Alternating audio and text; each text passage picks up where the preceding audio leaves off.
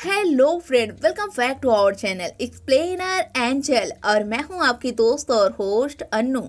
Friends, आज मैं love script के लास्ट पार्ट का एक्सप्लेनेशन करने वाली हूं, जिसमें हम देखेंगे कि जू के बचपन का प्यार चाहवान होती है तो किस तरह इन लोग बिछड़ते हैं और बिछड़कर फिर दोबारा मिलते हैं। जानने के लिए वीडियो को लास्ट तक जरूर देखें। चलते हैं एक्सप्लेन की तरफ। तब तक आप चैनल को सब्सक्राइब कर बेल आइकन को प्रेस कर दें, क्योंकि हम ऐसे ही शानदार कहानियां लाते रहेंगे। कहानी शुरू होती है। हम देखते हैं राजकुमार जू के पास ली आता है।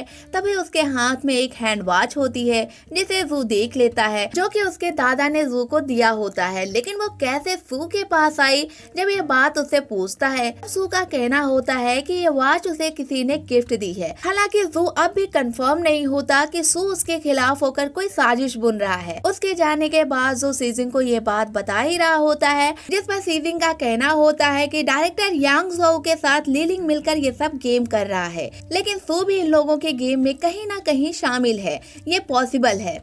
तभी उसके पास जू उसी गैरेज की फोटो भेजता है, जिसमें जू की कार एक्सीडेंट होने से पहले उसी गैरेज में गई होती है। अब इन लोग प्लान बनाते हैं कि किसी अनजान बंदे को उस गैराज में भेजा जाना चाहिए, जिससे कि इस राज का पर्दाफाश हो सके। जिसमें जू चाहवान के भाई को सिलेक्ट करता है। जायरो जब वहाँ पर जाता है, तब पता लग जाता है कि लीलिंग ने ही जू की कार को बनाया था। अब जायरो ये बात सीजिंग को बताता है, जिसके जरिए जू को भी ये बात पता लगती है। इन लोग लीलिंग से कार बनाने के बहाने जाकर उससे मिलते हैं।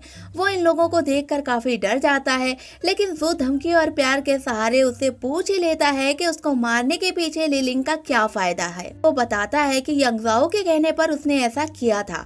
उसने काफी पैसे देने की बात भी कही थी। जिसके बाद जू प्लान बनाता है कि अंकल को मिलाकर यंगजाओ को सबक सिखाया जाएगा। तभी यंगजाओ को दिखाया जाता है, जो जू को रास्ते से हटाने की बात करता है। साथ ही एक इमरजेंसी मीटिंग भी रखता है, जिसमें नए डायरेक्टर को रखने की बात करता है, जिसमें जू यंगजाओ के खिलाफ होता है। हालांकि बाकी सब जाओ के साथ होती हैं। अब ये बात जू भी सुनता है। अब अगले दिन इटली से एक कंपनी इनकी डिजाइन देखने के लिए आती है, लेकिन जू बड़ी चालाकी से यंगजाओ की वो डिजाइन फाइल को चेंज कर देता है। अब यंगजाओ जब मीटिंग के दौरान उस फाइल को कंपनी वालों को दिखाता है, तब उन लोग पसंद नहीं करते हैं। जिस बात से जू बड़ा खुश होता है, फिर वो अपनी फाइल को दिखाता है, जिसे उन लोग पसंद कर लेते हैं। अब जू के साथ काम करने के लिए उन लोग राजी भी हो जाते हैं और ये सब यंगजाओ देखता रह जाता है। इस तरह यंगजाओ को करारा हार का सामना करना पड़ता है। तभी हम जू की प्रेम कहानी को थोड़ा आगे बढ़ते हुए देखते हैं। वो चाहवान को खो देने के डर से उसे शादी का प्रपोजल देता है,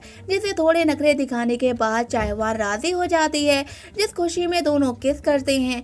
अब फिर से कंपनी को हम देखते हैं, जहां यंगजाओ ली चैंटिंग को अपने टीम में मिला लेता है और उसे सीईओ बनने की बात कहता है। अब यंगजाओ जाकर जू से मिलता है और कहता है कि सीईओ बनने के लिए कल वोटिंग होगी, जिसमें जू को आना पड़ेगा। अब अगले दिन जू भी मीटिंग में जाता है, जहाँ जू भी होते हैं और बाकी लोग भी होती हैं। अब जू और यंगजाओ के बीच सीईओ बनने के लिए काफी बहस होती है, लेकिन वहां बैठे सभी लोग का मानना होता है कि यंगजाओ को ही सीईओ बनाया जाए। इसे सुनते ही जू सबको रुकने के लिए कहता है। फिर यंगजाओ की वो सारी बातें वीडियो क्लिप के साथ सबके सामने दिखा देता है, किस तरह कार कंट्रोल का सिस्टम यंगजाओ ने लीलिंग के सहारे खराब कराया था, जिसे देखकर सब हैरान हो जाते हैं और जाओ शर्मसार हो जाता है। इन्हीं सब के बीच चाहवान आती है। वो सारी बातों को सुन लेती है। उसे समझ में आ जाता है कि जू तो ठीक है, लेकिन उसने झूठ बोला था कि उसकी तबीयत खराब है।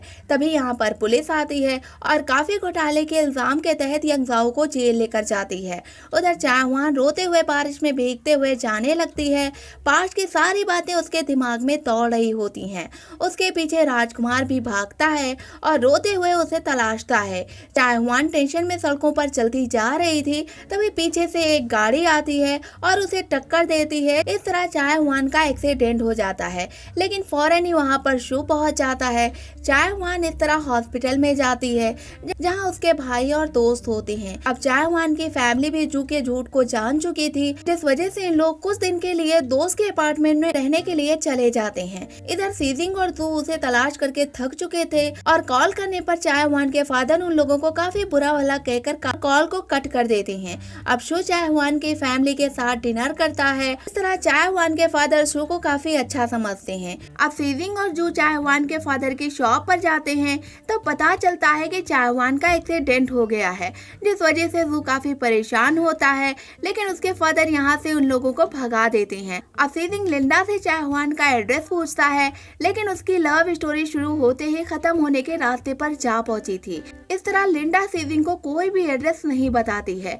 लेकिन जू चायवान का एड्रेस बड़ी मुश्किलों से तलाश लेता है और उसके पास जाकर उससे माफी मांगता है, लेकिन वो उसे भगा देती है जहाँ जू भी होता है। अब जू से कहता है कि उसे कुछ दिन के लिए दूर रहना चाहिए, जिस वजह से जू वहाँ से वापस महल आ जाता है, जहाँ बेगानी आंखों में सपने चायवान के लिए फिर रहा होता है।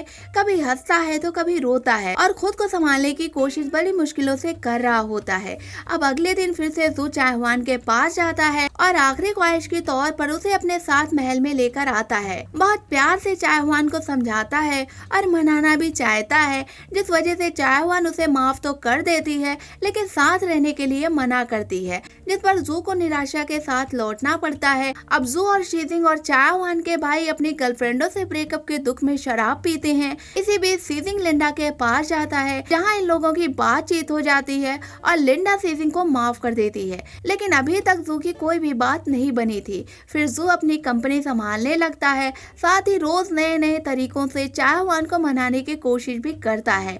आखिर की वो दिन आ जाता है जब चायवान और जू दोबारा पहले जैसे ही हसीन रिश्तों में बंध जाते हैं। अब अगले दिन जू कंपनी के एम्प्लॉयर्स को निकालने लगता है, जिसकी खबर जब चाचा शू को होती है तब वो जू से बात करता है। इसी बीच चाचा और भतीजे में मनमुटाव हो जाता है। डील के सिलसिले में जू को फ्रांस जाना होता है। उसी वक्त का फायदा उठाते हुए शू कंपनी के सारे सिस्टम को हैक कर लेता है, जिसकी खबर सीजिंग को होती है। अब इन लोग आने लगते हैं, तभी पता चलता है कि चायवान को जो सपना आता था वो क्या था।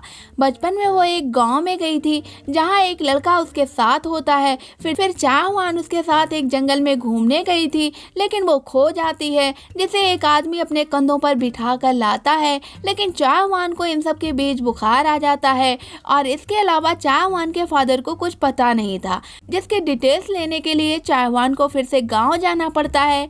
ये सब बात शू जू को बता देता है, जिससे कि जू कंपनी की इम्पोर्टेंट मीटिंग को छोड़कर चायवान के पास चला जाए, लेकिन सीजिंग उसे मना करता है।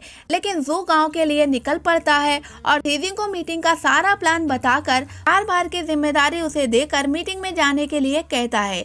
अब हमें चायवान दिखाई जाती है, जहां वो गांव जाकर उस छोटे लड़के के बारे में एक अंकल से पूछती है, जो उसे बताता है कि 10 साल पहले ही वो लड़का यहाँ से चला गया है।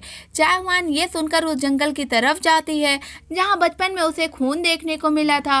तब उसे वो गड्ढा याद आता है, तभी फिर से वो डर जाती है और भागने लगती है। लेकिन तभी यहाँ पर जू आ जाता है और उसे गले से लगा लेता है और यही पता चलता है कि जू वही छोटा बच्चा है जो कि बचपन में चायवान का दोस्त हुआ करता था। यानी कि दोनों का प्यार बचपन का है। मिलकर बिछड़ने और बिछड़कर फिर मिलने वाली कहानी इनके दोबारा से बनती है। कंपनी में जाता है और शो के दौरान जू की डिजाइन सबको काफी पसंद आती है। शो खत्म होने के बाद जू सबके सामने चायवान को रिंग पहनाता है और शादी का प्रपोज करता है। चायवान भी एक्सेप्ट करती है। सब बहुत खुश होते हैं। लिंडा के फादर को सीजिंग काफी अच्छे लगते हैं। इस तरह सीजिंग लिंडा का हाथ मांग लेता है और इन दोनों को अपना प्यार मिल जाता है। चाचा शू फॉरेन चले जाते हैं। इस तरह इस कहानी की हैप्पी एंडिंग हो जाती है। फ्रेंड्स, ये कहानी आपको कैसी लगी हमें कमेंट बॉक्स में बताएं। वीडियो को लाइक करें, शेयर करें। मिलते हैं आपसे नेक्स्ट वीडियो में, तब तक के लिए जय हिंद।